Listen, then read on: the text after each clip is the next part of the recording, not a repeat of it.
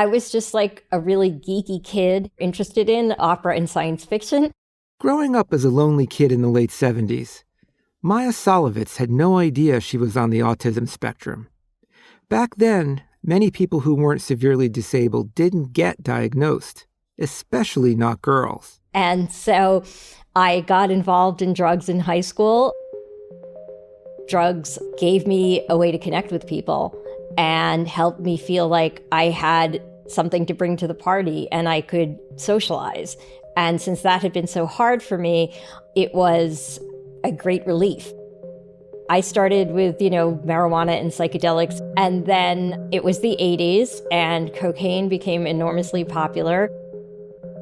When I got suspended from Columbia University for selling cocaine, I then got into heroin because I thought I'd already ruined my life. And so it went. Maia did eventually end up in treatment, and she was fortunate to recover from addiction. These days, she's a best-selling author and contributing opinion writer at the New York Times, where she covers the science of drug discovery, abuse, and policy. On this episode, we're going to talk with her about how addiction and recovery programs really work. And we'll also explore the spiritual roots of the most popular form of treatment out there, 12-step programs like Alcoholics Anonymous. If you look at the literature of that organization, it's very clear that the steps come from a very Christian place. And given that a big part of many of these programs involves relying on a higher power to help recovery, we're going to take a look at exactly what accepting that belief does. Is it part of the secret sauce for overcoming addiction? Or is it just along for the ride? To find out, we'll take a deep dive into the psychology of divine control with sociologist Laura Upenieks. Rather than, oh my goodness, things seem to be spiraling out of control, it could be, this is temporary. God has my back. Things will get better. I'm Dave DeSteno, and this is How God Works. As a neuroscience journalist, Maia Szalavitz has been thinking about addiction for a long time. And one thing she likes to point out is that being addicted to a drug isn't exactly the same thing as being physiologically dependent on it. If physiological dependence is the root of addiction, then Prozac is addictive and cocaine isn't. Because you can get really quite sick from stopping an SSRI, but when you stop cocaine, okay, you're sleepless and you crave it a lot, but you're not physically ill. And so this distinction between, okay, well, you have psychological dependence or physical dependence, every one of us has psychological dependence on each other. That's how we're designed. That's the way human beings are. Dependence is not a problem unless it's causing harm. So just to be clear then, tell me your definition of addiction. So it is compulsive drug use despite negative consequences. This is not just Maia's random definition of addiction. It is the definition that sums up what the DSM says, and it is also used by the National Institute on Drug Abuse, which is the biggest funder of addiction research in the world. I think that what addiction is basically love gone awry. In order to love a human being as a partner or as a child or as a parent and child, you need to persist despite negative consequences. You need to deal with the dirty diapers and the arguments and all of the stuff that we have to deal with in order to depend on each other, in order to function. We need each other. And in fact, love is one of the best ways to help people get out of addiction. So this glitch is there so that we can survive and reproduce. And it goes astray when it becomes attached to a substance or to a harmful person rather than to somebody that is making our life better. We humans are wired for social connection. We suffer without it. So to avoid that pain, we seek out strong relationships. But if we can't find them, if we're lonely or can't connect, we try to find other ways to fill that void. For people who are addicted, especially to opioids, what the drug does is make you feel warm and safe and comforted and connected, and all those things that we feel when we're parented well or when we're in love. And the opioids in the brain are kind of there to create that bond. Like what happens when a mom bonds with her child is that a ton of oxytocin is released, and that signals the brain to connect this person with good things. And it also signals the brain to feel bad when you're separated from that person. So there's dopaminergic mechanisms involved in the sort of craving for the person. Basically, when you feel love, it's a kind of opioid feeling. And so for people who are addicted to opioids, oftentimes they were abused as kids, they have incipient mental illness, they have other forms of despair that make them disconnected from other people. When it comes to talking about addiction, people often have a set narrative for why it happens. It's genetic. It comes from falling in with a bad crowd during adolescence, or from a neurological problem with impulse control.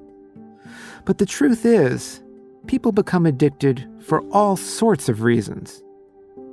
It really varies from person to person. Like one person might have zero trauma, but have, a massive biological predisposition in the form of a very anxious temperament. Typically, when somebody moves from having a predisposition to having an actual condition, stress, trauma is what puts them over the edge. So lots of people have both trauma and mental illness. But addiction is generally just a way of trying to feel okay in a world where you don't naturally feel okay. So in some ways, when you take the substance that gives you that feeling, whether it's opioids or something else like that, it's kind of, this is a very imperfect metaphor, but to your brain, it's kind of like feeling like you're getting a hug, like everything is safe. Exactly. And what's really interesting is that about a third of people actually find opioids completely aversive. They just don't like them. They find them really numbing. And these people may be so well loved that like extra pushes them over into some state of numbness or whatever. It could just be some genetic thing. Who knows? It's also not just genetics and how you're raised that influence your likelihood of becoming addicted. Another factor that affects things? How old you are when you get involved with drugs. Age matters an enormous amount because 90% of all addiction starts in the teens or 20s. Do you think it starts in the teens and 20s? Part of it is it's when you're first becoming an actor on your own, but it's also a time of, for many people, social upheaval and wanting to kind of fit in and feel like you connect. Do you think that's part of it?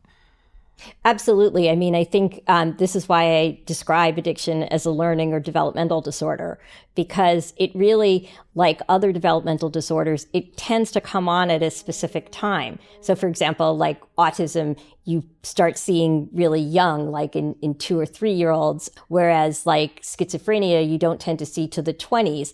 And addiction is like teens to 20s. I think something like 75% of mental illnesses develop typically at these ages. So this is when the brain is undergoing a massive amount of reorganization because it's basically got to get you out of the house. Like things become a lot less pleasant. You need more stimulation. And so to get that dopamine, you want to hang out with your friends. Your parents are boring and, you want to do exciting things. And that's like evolutionarily a sensible thing because otherwise people would just stay home. But it causes problems with risk-taking among teenagers. As their brains fully mature and their life circumstances change, about half of young people who did show signs of addiction recover on their own without any treatment. It's a phenomenon referred to as aging out. As new priorities and responsibilities enter people's lives, jobs, family, or other passionate interests, there's simply less space for substance abuse. And whether they get help or not, it's worth noting that the majority of people who have addiction at some point in their life do recover. For those who do need help, many treatment options now exist. But back in 1988, when Maia was looking for help, there weren't nearly as many choices. I ended up with what was available, which was a 28-day, 12-step model program. So I was taught that AA is the one true way and the only way to recover. And since my life had completely fallen to pieces by that point, and I also had a court case hanging over my head, and I was, terrified I was going to go to jail for 15 years. And so for about 5 years of my early recovery, I went to 12-step every day, and I believed that it was the best way for everybody. You've probably heard of 12-step programs designed to treat addiction. What's interesting when you look at the steps, though, is that they're not about having the strength to resist temptation. In fact, they're just the opposite. Many focus on accepting that you can't conquer addiction alone, that you need help, and that help comes from some sort of a higher power. The original, and probably still most well-known of the 12-step programs, is Alcoholics Anonymous. It was founded in the 1930s by two men, one of whom was part of an evangelical Christian group that advocated surrendering your life to God. So right from its very beginnings, AA had a spiritual focus. These days, although most 12-step programs describe themselves as secular or non-denominational, strong echoes of that original Christian-derived notion of surrendering to God remain. If you read the steps, you're asking God to relieve your defects of character. You are confessing to God and another human being the exact nature of your wrongs. You're making amends for harm done, which isn't necessarily religious or spiritual. The 11th step is sought through prayer and meditation to improve your conscious contact with God as you understood God. They say things like, oh, your higher power could be the doorknob or the group or something like this. But okay, the doorknob does not want you to get sober. You're supposed to turn your will and your life over to the care of God as you understood God. And so presumably one wants to do that more if the God is loving and caring and not like a jerk, right? Because you really don't want to turn your life over to the care of chaos or something. So it really has to be a loving God for the 12 steps to work. What do you think the role is of kind of giving up a sense of control to a higher power? What do you think that kind of surrendering does for people psychologically? It really depends on how they interpret it. Now, sometimes people really take that the wrong way because they're like, well, we're your higher power. We're going to tell you what to do. You have to turn your life over to us. We're going to humiliate you because you need humility. And this is unfortunately a huge thread in a lot of American addiction treatment. Maia's referring to the fact that there's a long history of addiction treatment programs adopting the philosophy that you need to break a person down in order to help them surrender and heal. It's a school of thought that's often led to abuse and trauma for people in recovery. And in some cases, it's even led to a few programs, like the group Synanon, transitioning into full-blown cults that controlled all aspects of members' lives. Of course, that's the worst-case scenario, and it's the result of taking an idea to extremes. But is there a healthier approach to the notion of surrendering to a greater power? In the interpretations that work, people are like, okay, I'm powerless over alcohol and drugs, but I am empowered to have a much better life. It's more like, okay, I'm not fighting anymore. I'm not going to pretend I can control this. I am going to accept that I cannot interact with this stuff because it makes me lose control.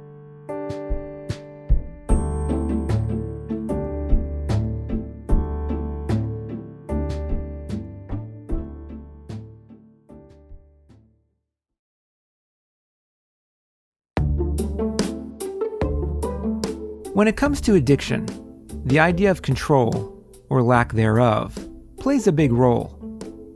While no one has perfect willpower, many addicts experience its strain acutely. They can feel that they've completely lost control at times, that they can't help but succumb to temptation, no matter how hard they try to resist. But if no one is perfect when it comes to self-control, who can you turn to help you stay clean?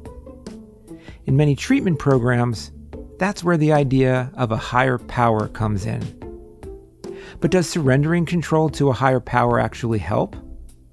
Or does it just rob people of responsibility? To answer this question, it helps to start by looking at how ideas about control can impact our lives. Mastery, or the sense of personal control. And that is basically the belief that my actions affect my outcomes. So if I study really hard for a test, I'm going to get an A. Or if I train really hard, I'm going to run the time in the marathon that I want. And that is adaptive for many people. It's helpful. We don't want to feel like the work that we're doing isn't going to get us anywhere. That's Laura Upenieks, a sociologist at Baylor University who studies the relationship between religion and health. However, we as sociologists know that there comes a point when that level of control ceases to be helpful. And that point is around the 85th percentile of the sense of mastery or sense of personal control. In non-statistics speak, the 85th percentile means you're at a point where your score, in this case, your belief that you can control things in your life, is higher than 85% of other people.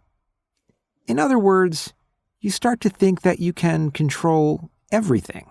And once you reach that level, that sense of control isn't adaptive anymore. We can't control the weather. We can't control somebody, crashing into us on the road. We can't control, how our boss interacts with us at work.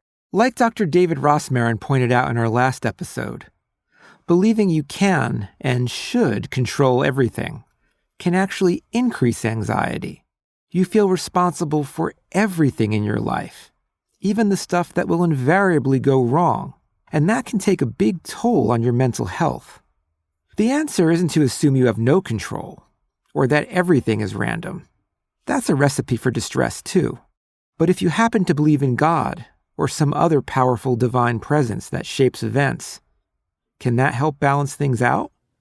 As with a lot of things related to health and well-being, I think the answer is it depends. I think there are many situations where ceding control or surrendering control to a higher power can in fact be helpful, where the belief that a higher power has a plan, and not only has a plan but is actively involved in shaping human affairs, can indeed be helpful. And so what are some of the benefits for people who believe more strongly in divine control? So we know that they tend to have better mental health, measured by lower depression, lower anxiety. And also there's a little bit of evidence that people who have higher divine control also report lower risk of DSM mental disorders. They tend to have higher life satisfaction. They tend to be more optimistic about the future.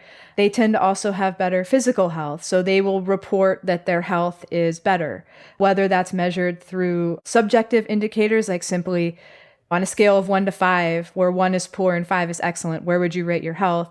And also on measures that are more objective, like doing blood samples. So across the spectrum of health outcomes, we tend to find that people with higher divine control are better off in terms of health and well-being. So in general, yes, I would say it's helpful. It's good for us to have that belief. However, if we believe that God is in control of everything, the argument is that, well, maybe we as humans start to take a backseat and we start to just think, oh, well, God is in control. I don't need to study for that test. I don't need to train for that marathon. I don't need to, to look after my finances. God is in control and he's going to make everything right. Or God is in control, so I don't have the power to find my way out of addiction. So I think if that belief and if that ceding control isn't accompanied by the corresponding belief that, hey, I still have work to do. There's still sessions I need to attend. There's still, steps I need to take to overcome my addiction. Leaving it all in God's hands without acknowledging a role for that human as well could potentially be problematic in that it takes the agency away from that individual person to continue to make changes in their life. As Maia said earlier, it also matters what kind of God you believe in. Sociologists of religion like Laura understand that even people who belong to the same religious group may have a very different image of what God is like. So if you have high levels of divine control, you believe that this entity is controlling your life and has a plan, but you believe in a critical God who's just looking for that sort of, oh, got you. You did this, you did something bad. Now I got you right where I want you, right? Or this authoritarian God who's very much like a strict school teacher, just doing things that might be for our own good, but that aren't done with love and compassion. I think that mitigates a lot of the positive effects of divine control. So the most optimal combination of, God beliefs, for lack of a better term, is people who have high levels of divine control in the presence of a benevolent God image, a God who cares, a God who has their back, a God who's seen as loving, compassionate, empathetic to the reality of human life and human suffering. So what's the right balance in this relationship? For people who acknowledge divine control, what the research would suggest is you want to be around the 75th percentile on divine control, and you want to be between the 50th percentile and 75th percentile on personal control. So essentially, you don't want to believe that either you or God is in control of everything, but that each person has a role to play. So I think there's a balance between still having some human individual agency to do the hard work necessary to make goals happen, while at the same time knowing that you have a supportive deity by your side. I think a helpful concept for thinking through that is something Neil Krauss came up with, and it's this idea of God-mediated control, where God is sort of seen as in control, but also that he's a collaborator. So where humans are sort of seen as working together with God to accomplish their goals or to overcome adversity.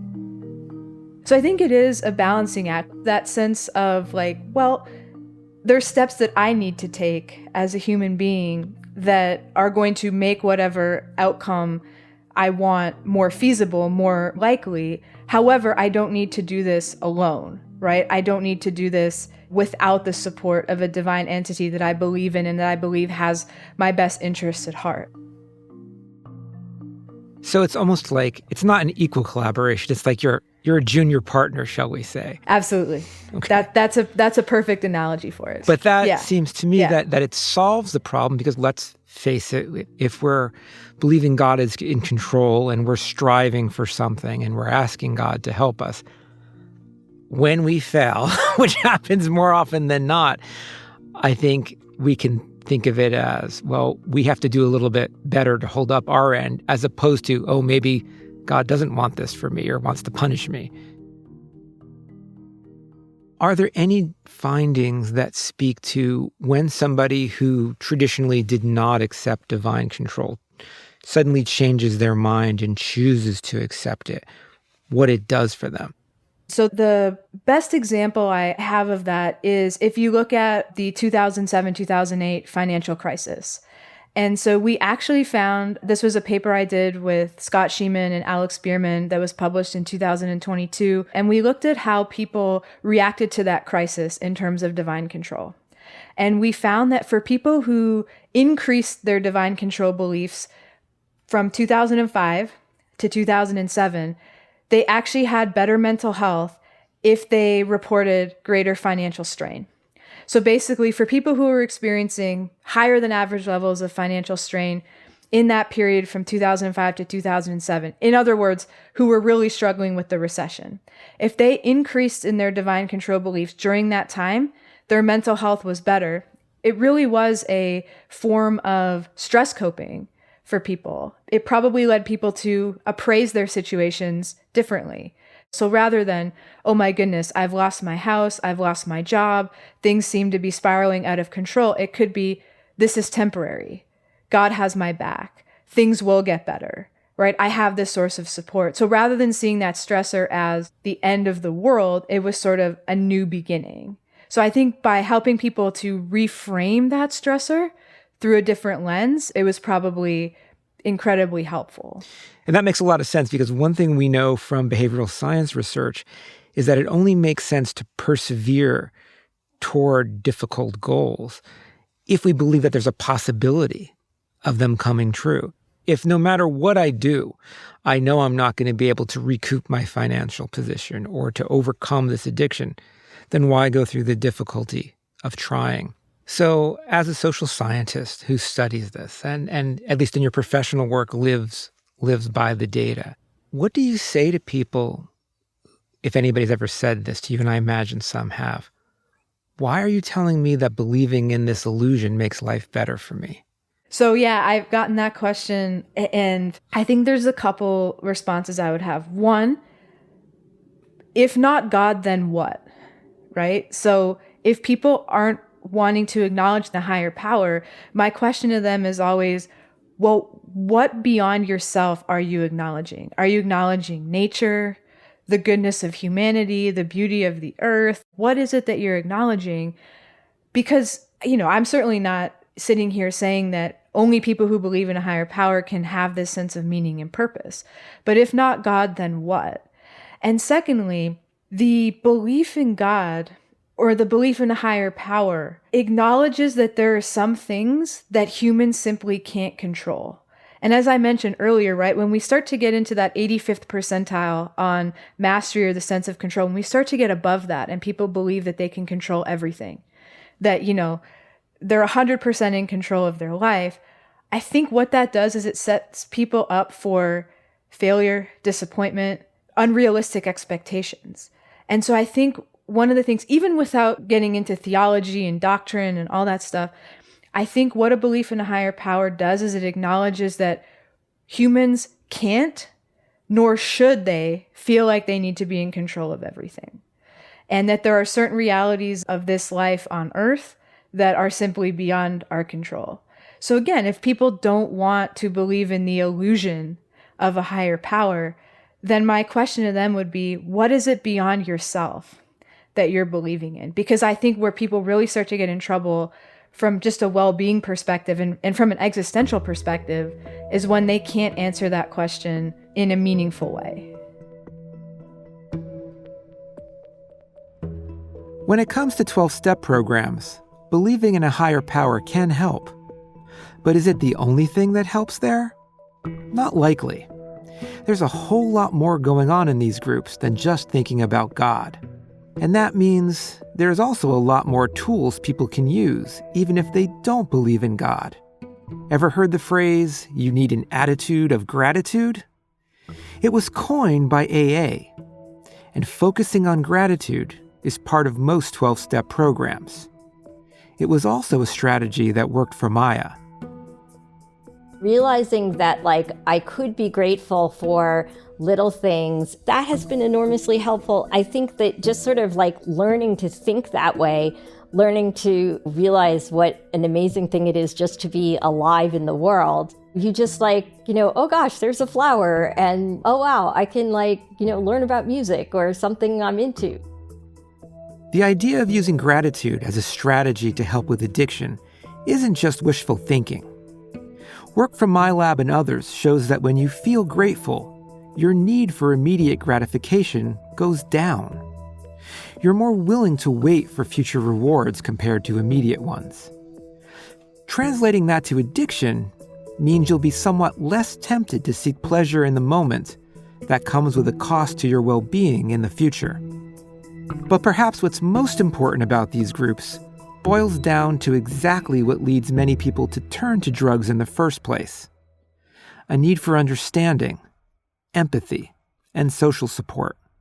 Just going to meetings and hearing from other people was enormously helpful because I had this enormous level of self-hatred. And I probably could have learned this stuff in cognitive therapy, but I happened to learn it in 12-step. And I would go to a meeting and there'd be some gorgeous model going on about how ugly she was. And I began to see wait a minute, maybe I'm similarly deluded when I walk into the room and think everybody hates me. And so it was just seeing the example of other people, seeing kindness and connection, all of that was enormously helpful. For many people, the whole deal is social connection and support. And you don't need a higher power or any of that.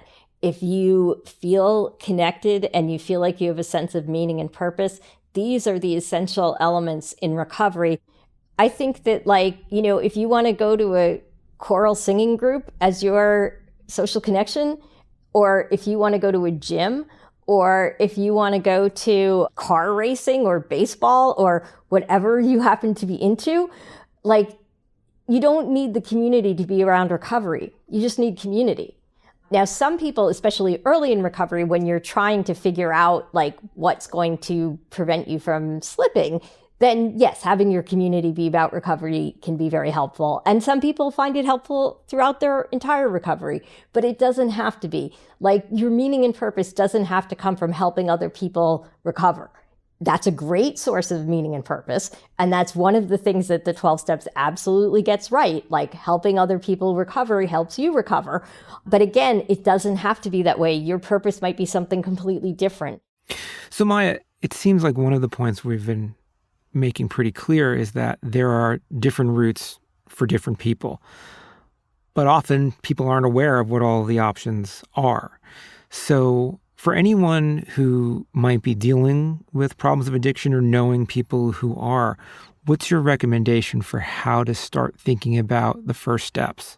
Well, if your problem is opioids, you really should be seeking medication treatment because it's the only thing proven to cut the death rate by 50% or more. I can't stress that enough. And you are just as much in recovery as anybody else when you're on medication and you are stabilized at a level that keeps you safe. I think that's really important. I also think with addiction in general, 12 steps are everywhere and free. In New York City, I could go to a meeting at any time of the day or night. There's 24/7 here. Because of that, if you do like it, it's a really available resource. So it's worth checking out. And again, the most important thing I can say, the most important 12-step slogan is take what you like and leave the rest. And if it doesn't work for you, there are other options. Don't buy the idea that like the only alternative is jails, institutions, is death. If you don't like the 12 steps, Smart Recovery is a good option. Women for Sobriety. There are all kinds of resources online to find other people in pathways through recovery. Another thing Maia says can be helpful, if it's an option for you, is to get a mental health professional to perform a full psychological evaluation. Because if you can find out if you have ADHD, if you have untreated depression, if you have bipolar, like whatever you might have if you're on the autism spectrum. I mean, I didn't discover that antidepressants made a massive difference in my recovery and my ability to feel connected and feel safe until like I was like 7 years in recovery. And I got profoundly depressed again. And I was like, okay, I need help that isn't just 12-step. If you can find these things out, then you can seek the care that will work with people like you. And one more thing, just find something or someone that you love. You know, if there's something that you're passionate about that you always wanted to do that you didn't think you could do, or that you're just interested in and it gives you pleasure, that can be a way to finding your sense of meaning and purpose, which is enormously important for all human thriving, but especially if you're going to recover from addiction. When it comes to addiction, and even psychotherapy, as we saw in our last episode, taking a spiritual tack isn't for everyone, but it can be helpful for many people. If you stop to think about it, many addiction treatment programs work a little bit like congregations.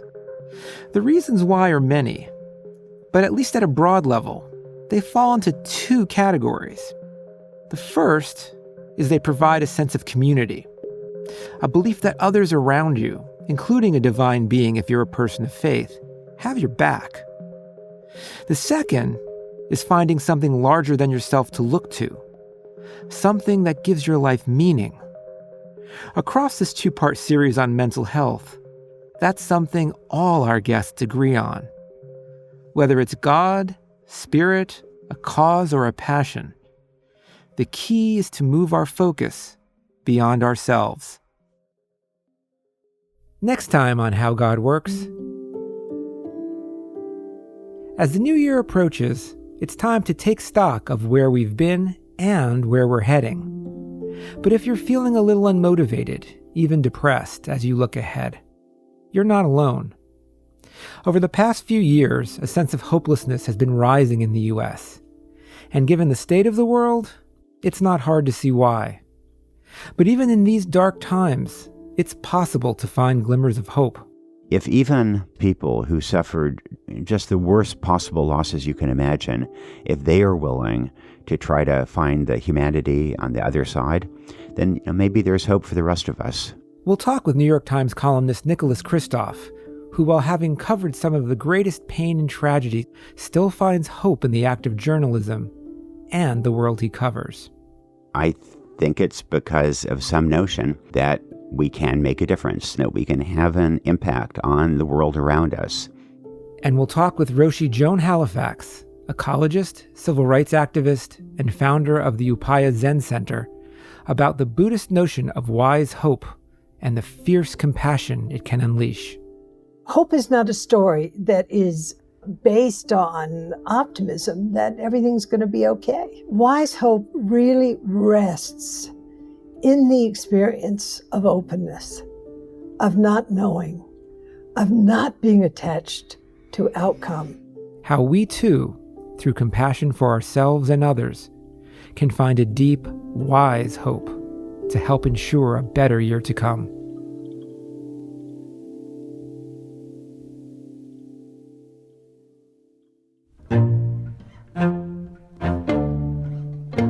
How God Works is hosted and written by me, Dave DeSteno. Our senior producer is Josie Holtzman. Our producer is Sophie Eisenberg. Executive producer is Genevieve Sponsler. Merritt Jacob is our mix engineer and composed our theme, which was arranged by Chloe DeSteno. The executive producer of PRX Productions is Jocelyn Gonzalez. This podcast was also made possible with support from the John Templeton Foundation.